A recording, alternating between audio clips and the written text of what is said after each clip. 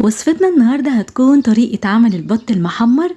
هنحضره مع بعض بطريقة سهلة جدا. شايفين الجمال وشايفين لونه حلو قد ايه. وهنا كمان استخدمت الشوربة بتاعة البط لتسوية المحشي. شوربة البط لتسوية المحشي بتكون طعمها حلو جدا. اتمنى ان الفيديو ينال اعجابكم وتعملوا للفيديو لايك وشير وسبسكرايب في القناة وتفعلوا الجرس على الكل علشان يوصلكم مني كل جديد. شايفين معانا الجمال؟ ويلا بقى بينا علشان نشوف حضرناه ازاي. انا هنا بقى معايا بطاية متوسطة الحجم. اول حاجة هنقعها في المية وهضيف للمية ملح وليمون وسكر وهسيبها منقوعة على الاقل ساعتين. وبعد الساعتين هغسلها كويس جدا.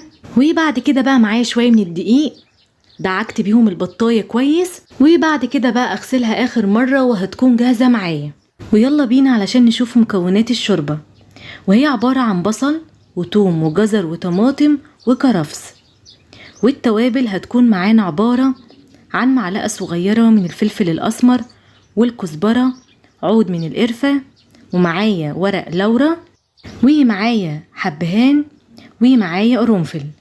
خلاص كده هنحضر بقى معانا حلة على النار فيها مية بتغلي. هنزل بقى معايا بالبطاية وبعد كده بقى تبتدي تغلي معايا بالشكل اللي انتوا شايفينه ده. ابتدي اشيل الرواسب من على الوش. خلاص كده. وبعد كده بقى هضيف بقى معايا الخضار واقلبها معايا كويس. وبعد كده بقى هضيف بقى معايا التوابل. خلاص كده هغطيها بقى معايا وهدي النار علشان تستوي معايا. وانا هنا خلاص كنت بشوفها استوت معايا. هضيف بقى ليها الملح وبعد كده بقى اطلعها معايا في صينية. هنا بقى معايا صلصة ضايفة ليها معلقة صغيرة من السكر ومعلقة صغيرة من السمنة ومقلباهم كويس مع بعض. وبعد كده بقى ادهن معايا الوش كويس.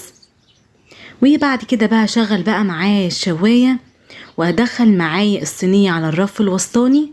وانا استخدمت الشوربة بتاعتها ان انا اسوي بيها المحشي. وانا قبل كده كنت مصورة معاكم طريقة عمل محشي الكرنب. اللي حابب يشوف الطريقة هسيبله اللينك تحت الفيديو. وهنا بعد ما دخلتها معايا تحت الشواية اتحمرت معايا وبقيت جاهزة. شايفين معانا شكلها حلو قد ايه. وعايزة اقولكم ان كان طعمها حلو جدا. حضرناها مع بعض بطريقة سهلة وكمان بسيطة. وهنا المحشي معانا استوى. يلا بقى بينا علشان نشوفها. مستوية كويس جدا. وعايزة اقولكم ان طعمها كان جميل. وخلاص الفيديو معانا خلص. اتمنى ان الفيديو يكون نال اعجابكم وتعملوا للفيديو لايك وشير وسبسكرايب في القناة وتفعلوا الجرس على الكل علشان يوصلكم مني كل جديد. أسيبكم في رعاية الله والسلام عليكم ورحمة الله وبركاته.